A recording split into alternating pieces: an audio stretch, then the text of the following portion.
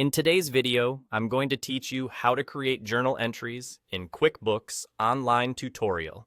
If you ever need to record an adjustment that doesn't come from a bill, invoice, or check, like moving an amount between accounts or fixing a balance, a journal entry is the right tool. I'll walk you through the exact clicks, explain what each field means, and share a few tips so your entry is accurate the first time. Start on your QuickBooks Online dashboard and navigate to the top left. Click the New button. Depending on your view, it might appear as New or Plus New, but it's in that same upper left area of the screen. From the menu that appears, select Journal Entry. This opens the journal entry form in a new window where you'll enter all the details. If your menu is long, you might need to scroll, but Journal Entry is a standard option and should be easy to spot. Now, enter the details for your journal entry. At the top, confirm the date so the transaction lands in the correct period.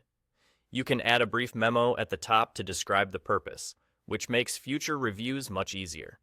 On the lines below, choose the accounts you want to affect in the account column. Use the debit and credit columns to enter your amounts. Your debits must equal your credits before you can save. QuickBooks will prevent saving if it's out of balance. If you track classes, locations, or need to tie a line to a customer or vendor, fill in those fields on each line as needed. Use the bottom memo field to add a clear explanation, and attach any supporting documents if you have them. A helpful approach is to think, which account is increasing and which is decreasing, then place the increase on the appropriate debit or credit side based on accounting rules for that account type. When everything looks correct and your entry is balanced, click Save. You'll typically see options like Save and Close or Save and New. Choose what fits your workflow.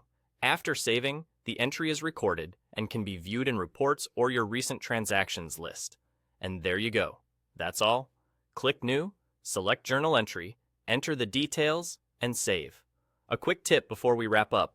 Journal entries bypass many of the safeguards built into forms like invoices or bills, so use them intentionally. Double-check account selections, dates, and amounts. Write a clear memo, and make sure debits equal credits.